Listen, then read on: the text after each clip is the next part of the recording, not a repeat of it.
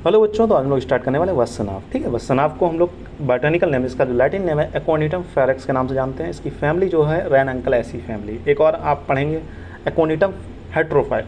ठीक है, वो क्या है, अतिविशा है, वो भी रेनिकुलेसी फैमिली। तो रेनिकुलेसी फैमिली की बेसिकली हम लोग दो प्लांट्स पढ़ने वाले, वत्सनाभ और अतिविशा। ठीक है, इसकी जो हिंदी नाम है इसे मीठा विष कहते हैं, अमृत कहते हैं, श्वेड, ठीक है, अमृत भी कहते हैं, इसे विष भी कहते हैं। अगर इसे सही मात्रा में इस्तेमाल किया जाए तो अमृत की तरह कार्य करता है, अगर इसकी आप टॉक्सिक डोज लेते हैं तो ये विष की तरह कार्य करता है। ठीक है, पर्याय क्या क्या है इसके, विष है, अमृत है, श्वेड है, गरल है। श्वेड और गरल जो हैं विष के पर्याय हैं। ठीक है, अमृत भी कहा जाता है, विष, बाकी जो विष के पर्याय हैं वो भी इसके पर्याय हो जाएंगे। ठीक है, रसपंचक की बात करें तो रस इसका क्या है, मधुर है।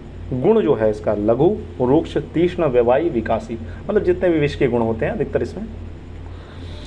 तो वीर क्या है इसका, उष्ण है, और विपाक जो है इसका मधुर है। अधिकतर मधुर जितने भी द्रव्य होते हैं उनका विपाक क्या होता है, शीत होता है। ये एक्सेप्शन है, ये उष्ण होता है, क्योंकि ये विष की तरह कार्य कर रहा है। तो जितना भी विष की तरह कार्य करेगा, कुछ चीज़ें ऐसी होनी चाहिए विष की तरह कार्य करें, तो इसलिए इसका वीर जो है वो उष्ण है। तो याद करना पड़ेगा, MMU के अंतर्गत आएगा, मतलब मधुर, मधुर, उष्ण।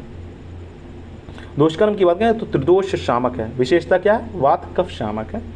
कर्म की बात करें तो शोधहर है, दीपन है, पाचन है, शुक्ल प्रशमन की तरह कार्य करता है, कुष्ठग्न है, ज्वरहर है। आमयिक प्रयोग की बात करें तो किसमें किसमें हम लोग कौन कौन सी बीमारियाँ में इसका प्रयोग कर सकते हैं, तो हम लोग प्रयोग कर सकते हैं संधिवात में, गृहधंसी यानी सियाटिका डिसीज, साइकाइटिका जिसे हम लोग कहते हैं, ज्वर में कर सकते हैं, कुष्ठ रोग यानी स्किन डिसऑर्डर्स में कर सकते हैं, शोथ में कर सकते हैं, व्रणरोपण में कर सकते हैं। प्रयोज्यांग जो इसका है मूल है। ठीक है, अधिकतर प्लांट्स का मूल ही हम लोग इस्तेमाल करते हैं।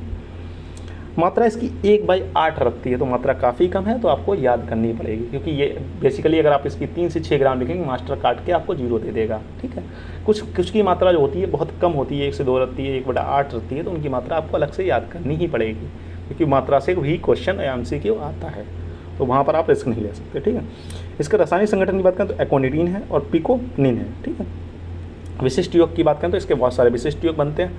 आनंद भैरव रस है, सौभाग्य बटी है, रामबाण रस है, मृत्युंजय रस है, इंग्लोश्वर रस है और ज्वर मुरारी रस है। ठीक है, इसके बहुत सारे विशिष्ट योग हैं, आप और भी देखेंगे। ठीक है, आपको इनमें से जो 1-2 अच्छे लगे वो आप याद कर सकते हैं। ठीक है, बेसिकली ये बहुत इंपॉर्टेंट प्लांट है, यहाँ पर के लिए भी तो इम्पॉर्टेंट है, साथ में अगर तंत्र में भी पूछा जाता है। ठीक है, अगर तंत्र में भी बहुत इंपॉर्टेंट प्लांट हो सकता है, तो यहाँ की चीज़ें अधिकतर आप अगर तंत्र में लिख सकते हैं। ठीक है, आप क्या क्या अगर तंत्र में आप लिख सकते हैं वो भी देख लेते हैं। एकोनिटम मतलब बोटेनिकल नेम, फैमिली लिख सकते हैं, हिंदी नाम भी लिख सकते हैं, स्वरूप भी लिख सकते हैं, पर्याय भी लिख सकते हैं और रसपंचक लिख सकते हैं। ठीक है, कर्म चाहे तो लिखें, चाहे तो ना लिखें। ठीक है, प्रयोजांग लिखना है, मात्रा वहाँ पर भी लिख सकते हैं आप।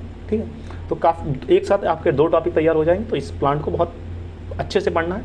ये द्रव्य गुण में तो इंपॉर्टेंट है, साथ में अगर तंत्र में भी इंपॉर्टेंट है। ठीक है बच्चों, तो मिलते हैं नेक्स्ट लेक्चर में, तब तक के लिए हैव अ नाइस डे। पढ़ते रहें, मस्त रहें।